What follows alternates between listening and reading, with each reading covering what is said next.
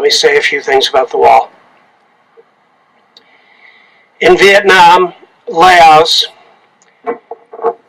and Cambodia, the soldiers and the airmen, the sailors and the Marines named on this wall died. They died assuming that no one beyond their immediate families and friends would ever care. They did what they had to do in spite of knowing that regardless of their sacrifice, there would be no heroes back home. The men and women whose names are etched on this replica of a stone wall died largely unsupported by the American people. It was the first time in our history that Americans across the country denigrated the individual serviceman or woman who went to serve and fight. It was the last war that our young men were drafted off the streets of America. Many had no intention of joining the service. They honored their draft notice, and they reached deep to find the logic in fighting such an unpopular war. Other Americans came from patriotic families, and they saw it as their duty to fight and try to stop the proliferation of communism. And for some young men, it was a rite of passage to becoming a man. Americans had never before run from the call to arms. The reasons for being there were hard to rationalize when we were slogging through the muck of the rice paddies and the triple canopy jungles.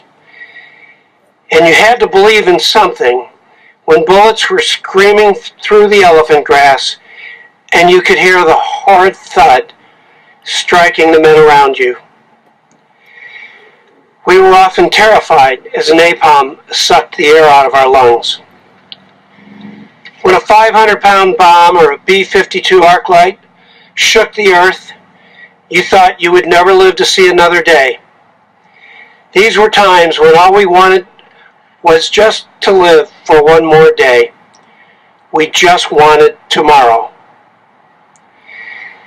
So we fought for each other. In many cases, those of us who lived are only here because someone whose name is on that wall. We became one without even knowing it. We were funny, we were storytellers, we were caring, and we were fighters. I'm not suggesting that we'd ever admit to all of those noble characteristics, but we were all of those things and more.